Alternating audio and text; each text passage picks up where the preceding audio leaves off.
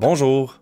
Aujourd'hui, je vous montre comment connecter votre nom de domaine à votre site web RubberDuck et en faire la mise en ligne. Pour commencer, précisons ensemble ce qu'est un nom de domaine. Un nom de domaine est l'adresse qui sera utilisée pour que les gens accèdent à votre site web. La formule populaire d'un nom de domaine est le nom de votre site .com. La mise en ligne nous permet de connecter votre nom de domaine à votre site web RubberDuck et rediriger les visiteurs vers l'URL souhaitée. Avant tout, vous devez vous assurer d'avoir acheté votre nom de domaine. Pour connecter votre nom de domaine à votre site RubberDuck, commencez par vous rendre dans le menu Projet et cliquez sur Connecter un domaine. Entrez ensuite votre nom de domaine dans la case prévue à cet effet. J'utiliserai le nom de domaine fictif rubberduck.io pour cette formation, mais vous devez entrer votre propre nom de domaine. Le site générera ensuite des records afin de connecter votre domaine et votre site ensemble. Les records sont les données qui permettront de rediriger votre nom de domaine vers votre site RubberDuck. Vous aurez deux types de records à ajouter, 2A et 2 CNAME. Dirigez-vous maintenant sur le site web qui gère votre nom de domaine. Pour cette formation, nous utiliserons Google Domain, mais des formations sont aussi disponibles pour d'autres sites. Dans cette étape, nous modifierons les DNS de votre domaine. Les DNS sont les données qui permettent de diriger votre nom de domaine vers le site web de votre choix. Ils sont un peu comme un indicatif régional et un numéro de téléphone pour votre site web. Ils permettent de diriger les gens vers une adresse simple comme le nom de votre site .com plutôt que vers une série de chiffres complexes. Pour accéder à la gestion des DNS, dirigez-vous sur la page de gestion de domaine sous l'onglet Mes domaines. Si vous avez plusieurs domaines, sélectionnez celui que vous désirez modifier en cliquant sur Gérer. Cliquez ensuite sur DNS dans le menu de gauche. Si votre domaine est déjà connecté ailleurs, prenez en note les DNS déjà inscrits.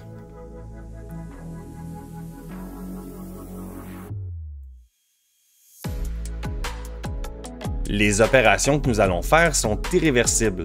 Si vous changez quelque chose qui ne devrait pas être changé, vous ne pourrez pas revenir en arrière. La seule façon de corriger est de rentrer les informations à nouveau. C'est pourquoi je vous suggère de conserver une copie des DNS, soit en prenant une photo ou encore une impression écran. Une fois le backup de vos données fait, il faut retirer les records qui pourraient entrer en conflit avec les records qui vous seront fournis par RubberDuck. Si votre nom de domaine est nouveau, il est possible que vous n'ayez aucune donnée, donc rien à supprimer. Si vous avez déjà des données, suivez ces étapes.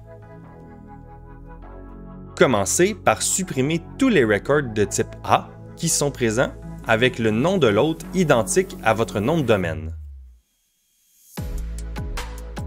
Cliquez sur Gérer les enregistrements personnalisés et cliquez ensuite sur la corbeille vis-à-vis la ligne que vous souhaitez effacer.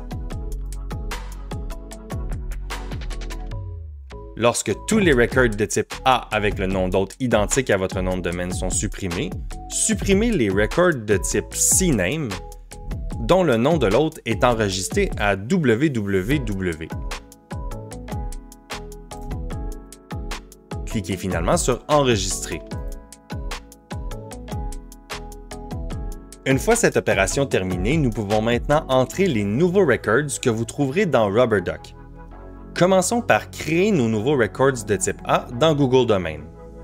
Pour le faire, cliquez sur Gérer les enregistrements ou cliquez simplement sur Enregistrement personnalisé si vous n'avez aucun record associé à votre domaine. Un premier champ sera déjà créé. Vous pouvez laisser le nom de l'hôte vide. Pour le type, faites dérouler le menu et choisissez Type A. Le TTL veut dire Time to Live. Pour la majorité des sites, le délai le plus court est de 600 secondes. Entrez donc 600 secondes dans la case TTL. Cliquez ensuite sur Ajouter un champ de données à ces enregistrements pour ajouter un champ pour le deuxième record A. Pour la portion données, nous devons en premier lieu aller les chercher sur RubberDuck. Copier les deux records de type A dans la portion données requises de RubberDuck et collez-les dans Google Domain.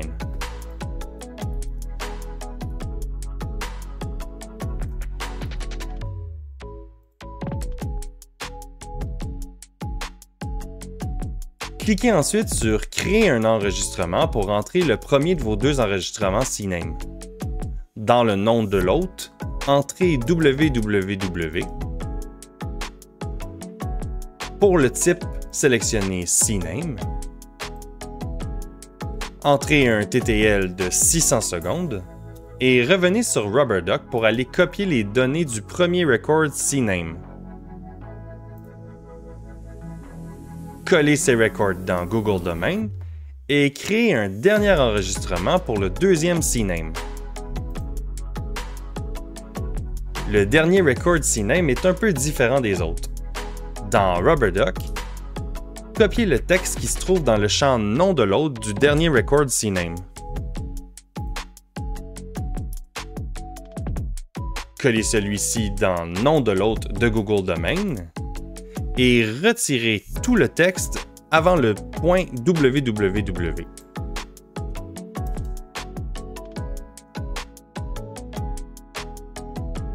Choisissez CNAME pour le type et 600 secondes pour le TTL.